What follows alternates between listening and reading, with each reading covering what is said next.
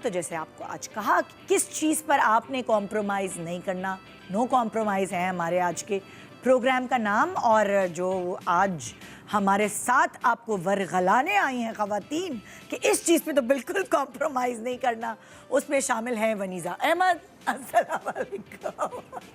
औरतों को भड़काने के लिए हम लोग आ गए हैं सुबह सुबह। क्या हाल है?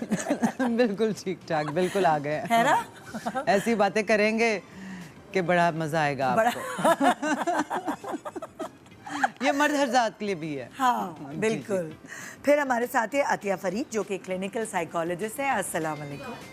भड़काएंगी ना मेरे साथ मिलकर? बिल्कुल वनीज़ा की फुल पार्टी हूँ आज मैं। और फिर हमारे साथ है डॉक्टर अदीला ताहिर जो कि consultant gynaecologist and infertility specialist है। तो आप भी भड़काएंगे हमारे? हाँ बिल्कुल। मैं तो वैसे ही वुमेन एम्पावरमेंट पे ही बात करनी है। मैं तो this is one topic that I discuss every day in clinic. और बीइंग एन इनफर्टिलिटी एक्सपर्ट तो और ज़्यादा मेरा इंटरेक्शन होता है with the hormones and everything. हाँ ये तो है। तो आप क्या बैठ के सबको वो करती हैं, जो फैमिली आती है, सास आती है, मियाँ आते हैं, उनको समझाती हैं? हाँ बिल्कुल, बस समझाती हूँ कि भाई परप्यूरियम है, पेरीमेनोपॉज है, पेरीमेनोपॉज में हस्बैंड्स की काउंटिंग होती है, फिर प्रेगनेंसी में हस्बैंड, मदर इन लॉ, उनकी फैमिली किस तरह उसको ट्रीट करना है, पोस्टमार्टम पीरियड में किस तरह उसको ट्रीट करना है। ऑब्वियसली हार्मोन्स हो रहे होते हैं। कितने लोग आजकल की जो जेनजीज हैं, so called, they are young mothers, right? तो ये वो इतनी कॉम्प्रोमाइजिंग नहीं है। तो वो बोलती, तो मैं उनके पेशेंट्स के पेरेंट्स को, उनके लॉस को बताती हूँ दिस इज़ नॉर्मल। पेशेंट अगर थोड़े मूड स्विंग्स कर रहा है उसको प्यार प्यार से समझाना है। अच्छा, आज क्योंकि हम नो कॉम्प्रोमाइज़ पे बात कर रहे हैं तो मैं विनी आपसे शुरू करती हूँ कि अगर मैं आपसे पूछूँ, आपने, अगर मैं पूरी आपकी उससे स्ट्रगल से आती हूँ ना ज़िंदगी की, तो कहाँ कहाँ आपने कॉम्प्रोमाइज़ किया और कहाँ कहाँ आपने सोचा कि नहीं इस चीज़ पे तो नो कॉम्प्रोमाइज़?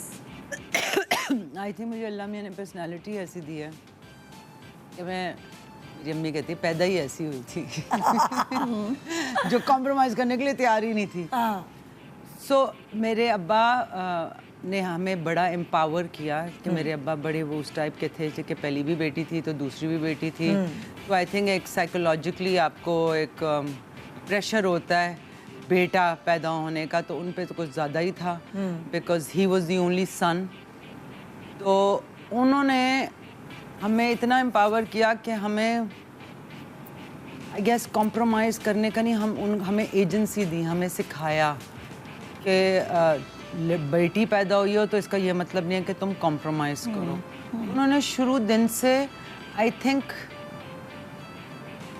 तरबियत ही ये दी कि हमें एम्पावर किया। कैसे एम्पावर किया? कि हमें सिखाया कि हम कौन हैं, क्यों हैं और हमारे अंदर क्या फ़र्क है एक लड़की और लड़के में भी।